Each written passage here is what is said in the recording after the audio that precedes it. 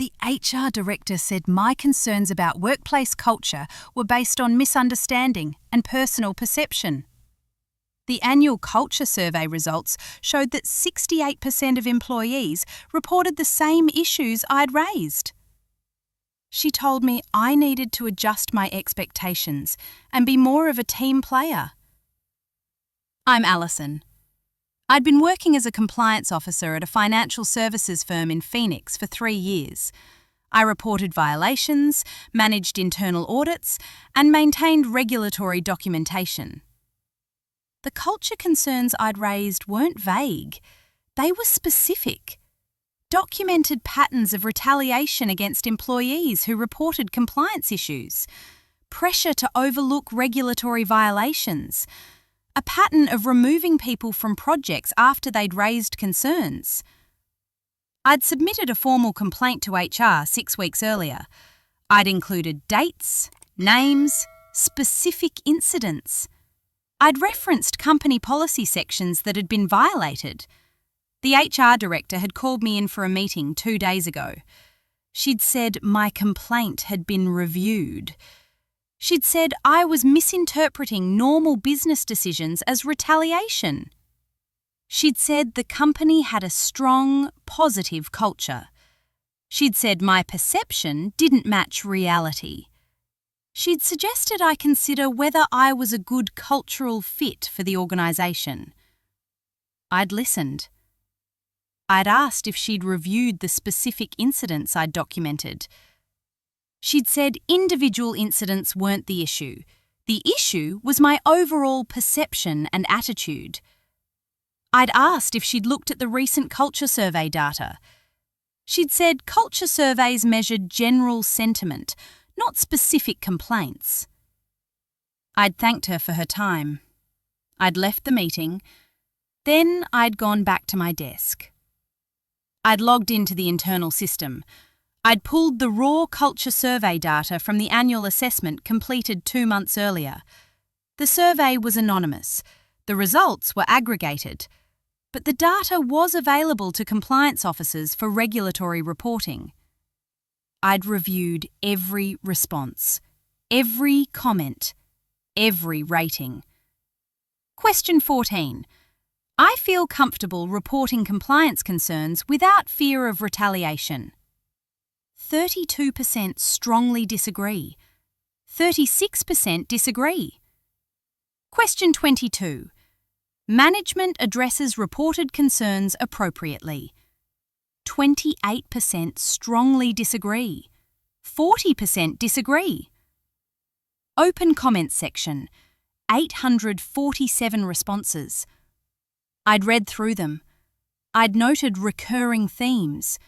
I'd documented the patterns. The issues I'd raised in my complaint appeared in the survey data systematically. Multiple employees, multiple departments, consistent patterns. I'd saved the analysis. I'd printed the summary statistics. I'd filed them carefully. I didn't send them to the HR director. Not yet. I went back to my regular work. I had quarterly compliance reports due. I reviewed transaction logs.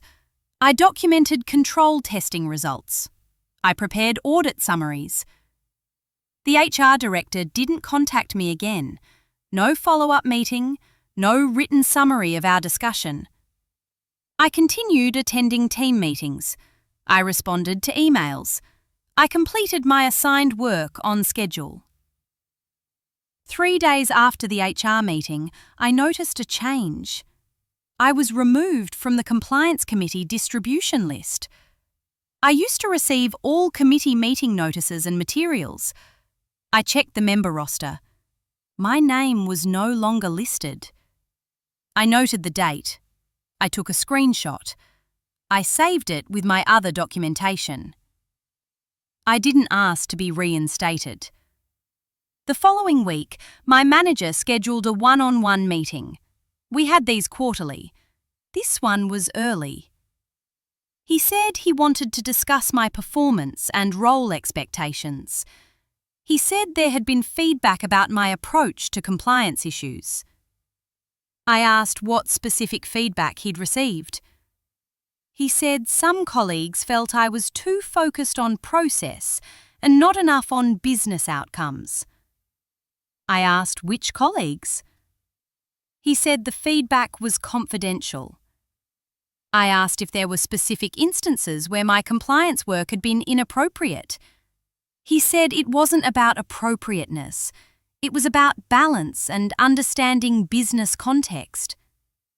I asked if my compliance reports had contained errors or missed deadlines. He said no. My technical work was fine. He said the concern was about my judgment and team dynamics. I asked if this feedback had been documented before this meeting. He said he was documenting it now. This documentation. The wings days. I returned to my desk. I logged the conversation. I noted the timing. 1 week after my HR complaint. I didn't respond to the feedback. I continued my work. 2 weeks later, I received a project reassignment. A major audit I'd been leading for 3 months was being transferred to another compliance officer. The reason given was workload balancing. The audit was 70% complete. I'd conducted all the preliminary testing. I'd identified several control deficiencies that required reporting. I prepared the transition documentation. I scheduled handoff meetings. I transferred my files. The new compliance officer reviewed my work. She asked detailed questions about the deficiencies I'd found. I answered each one. I provided my supporting documentation. I explained my analysis. She thanked me. She said the work was thorough. The handoff was completed in 1 week. I updated my project list. I noted the reassignment. I saved the handoff emails. 3 weeks after my HR meeting, I still had the culture survey analysis in my files. I still hadn't sent it to anyone. I was waiting for something. I wasn't sure what yet. Then I received an email from the company's external auditors. They were scheduling the annual financial audit. They requested a meeting with me to discuss compliance controls. This was routine. I met with the external auditors every year. The meeting was scheduled for 2 weeks out. I confirmed my availability. 1 week before the audit meeting, my manager called me into his office. He said the company had decided to restructure the compliance function. My role was being eliminated. I would be offered a different position in the operations department. The new role was a step down. Lower title, lower pay grade, no compliance responsibilities. He said I had 2 weeks to decide whether to accept the new role or take a severance package. He handed me the documentation, job description for the operations role, severance terms if I declined. I read both carefully. The operations role was administrative, data entry, report formatting, no analytical work, no regulatory responsibility. The severance was 8 weeks of pay, standard benefits continuation, neutral reference. I asked when the compliance restructuring had been decided. He said the decision was made last week. I asked if other compliance roles were being eliminated. He said mine was the only one. I asked if this was related to my HR complaint. He said no. This was a business decision about organisational structure. I asked if I could have the documents in writing. He said the offer letter and severance terms were already in the packet he'd given me. I took the packet, I thanked him, I left his office. I didn't react emotionally. I didn't argue. I didn't defend myself. I went back to my desk. I reviewed the documents again. Then I opened my files. I pulled up the compliance governance policy. Section 7 covered the protection of compliance officers.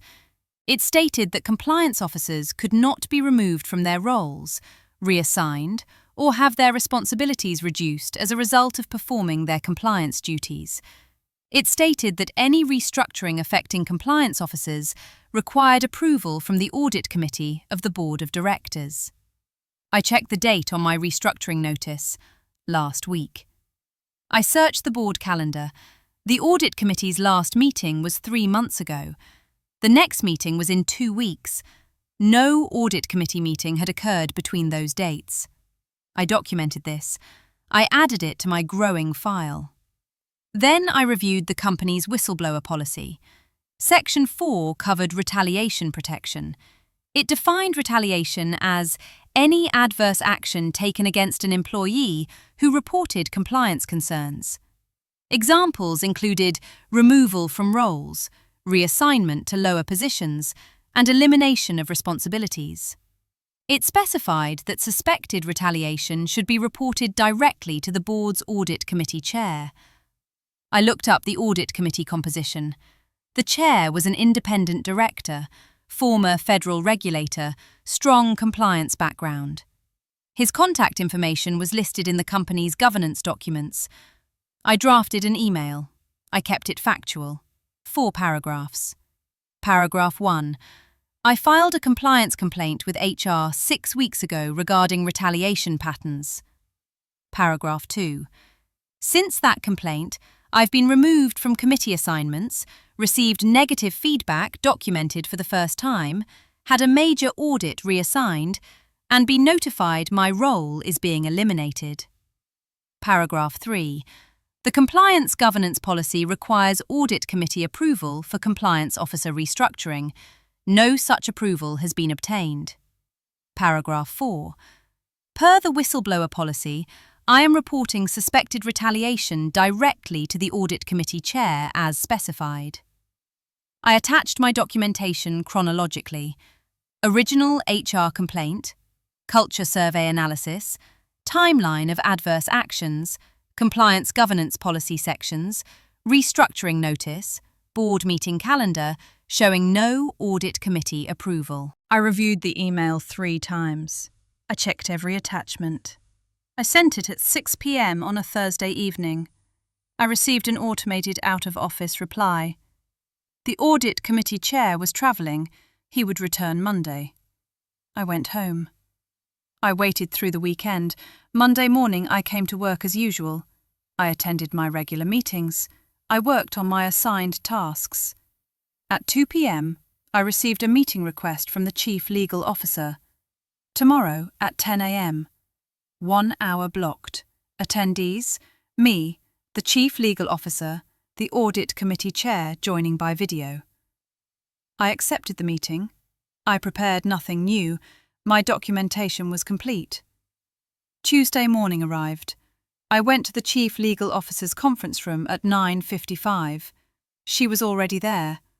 The video screen showed the Audit Committee Chair connected from what looked like an airport lounge. They both introduced themselves formally, though I knew who they were. The Audit Committee Chair spoke first. He said he'd received my email and reviewed all the attachments. He said he had questions about the timeline. He asked me to walk through the events, starting with my original HR complaint. I did. Complaint filed 6 weeks ago, meeting with HR Director 2 days later, told I was misunderstanding company culture. Committee assignment removed 3 days after that. Negative performance feedback 1 week later. Major audit reassigned 2 weeks after that. Role elimination notice 3 weeks after that. He asked if I had documentation for each of these events. I did. I'd included it all in my attachment. He asked about the culture survey data. He asked why HR had told me my concerns were based on misunderstanding when the survey showed widespread similar concerns. I said I didn't know. I said I'd only learned about the survey data after the HR meeting when I pulled the raw results. He asked if HR had access to the same data. I said yes. Culture surveys were managed by HR. They had full access to all results. The Chief Legal Officer spoke next. She asked about the compliance governance policy requirement for audit committee approval. I referenced Section 7.3. I noted that my restructuring notice was dated last week. I noted that no audit committee meeting had occurred since the decision was supposedly made. She asked if I'd been told why my role specifically was being eliminated. I said I'd been told it was an organisational structure decision. She asked if any other compliance roles were being eliminated. I said mine was the only one. The audit committee chair asked what I wanted as an outcome. I said I wanted the retaliation to stop. I wanted to continue doing my compliance work without interference. I wanted the company to address the culture issues that both I and the survey respondents had identified. He said he'd need to investigate further. He asked if I'd be willing to meet with an external employment attorney the company would retain to conduct an independent review. I said yes. He said he was directing that no further action be taken on my restructuring or reassignment until the investigation was complete. He said this directive came with audit committee authority. The chief legal officer confirmed she understood the directive. The meeting ended. I returned to my desk. I documented the conversation. I saved my notes. 2 days later, I received an email from an external law firm. They'd been retained to conduct an independent investigation. They wanted to schedule an interview. I agreed to meet the following week. The interview lasted 3 hours, 2 attorneys. They asked about every incident I documented. They asked for additional details. They asked for names of witnesses who might have observed the events. I provided everything they requested. They said they'd be interviewing other employees as well. They said the investigation would take approximately 4 weeks. I thanked them. I returned to work. During those 4 weeks, nothing changed in my daily work. I continued my compliance tasks. I attended meetings. I completed reports. My role elimination offer remained on hold per the audit committee directive. No one discussed the investigation with me. No one asked me about it. I waited. 5 weeks after the investigation began, I received a meeting request. The chief legal officer, the CEO, and the audit committee chair, scheduled for the following Monday. I accepted. Monday arrived. I went to the executive conference room. All 3 were present in person this time. The CEO spoke first. He said the investigation had been completed. He said the findings indicated serious policy violations. The audit committee chair continued. He said the investigation confirmed retaliation had occurred following my HR complaint. He said the restructuring decision had violated governance policies by proceeding without audit committee approval. He said the investigation had also confirmed the culture survey data showed systemic issues that hadn't been adequately addressed by HR. The chief legal officer outlined the remedial actions that had been decided. My role would not be eliminated. I would continue as a compliance officer with my full responsibilities restored. All adverse actions would be removed from my file.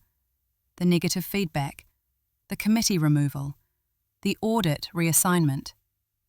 I would receive back pay for any project bonuses I would have earned on the audit that was reassigned.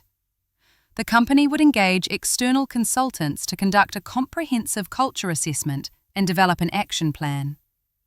The HR director would be transitioning out of the organisation. The transition would occur over the next 6 weeks. The CEO asked if I had questions. I asked if the culture assessment would include follow-up on the specific issues raised in the survey. He said yes. The external consultants would review all survey data and interview employees confidentially. I asked if retaliation protections would be strengthened as part of the remediation. The chief legal officer said yes. They were revising policies and implementing new training for all managers. I asked if I would be involved in the culture assessment process, given my compliance role. The audit committee chair said I would be consulted but not lead the process to ensure independence. I said I understood. I had no other questions. The meeting ended. I returned to my desk. I documented the outcomes. I saved the notes. The following week, I received written confirmation of all the commitments: my role restoration, the file corrections, the back pay, the culture assessment plan. I filed everything carefully. Work continued. My committee assignments were restored. My projects were returned to me. The audit I'd started was reassigned back. I completed it over the next 6 weeks. I identified the control deficiencies I'd originally found. I documented them. I reported them through proper channels. The external culture consultants began their work. They interviewed employees across all departments. They reviewed the survey data. They issued a report 3 months later. The report confirmed what I documented. Systematic issues with retaliation, inadequate response to compliance concerns, cultural problems that affected employee willingness to report issues. The company implemented an action plan, new training, revised policies, regular follow-up assessments. The HR director's last day was quiet. No announcement, no farewell event. She simply left. A new HR director was hired 2 months later. External candidate. Strong employment law background. Clear mandate to rebuild the function. I worked at the company for another 18 months after that. My performance reviews were consistently strong. My compliance work continued without interference. When I eventually left, it was for a director-level compliance role at a larger firm. Better compensation, broader scope, more resources. I gave proper notice. I transitioned my projects professionally. I documented everything for my successor. The culture survey data from that year was still in my files when I left. The analysis I'd run, the patterns I'd documented. I'd printed 1 copy that stayed in my home office, filed with the investigation records and the remediation plan. The data had been accurate all along. It just took the right authority reviewing it to make that clear.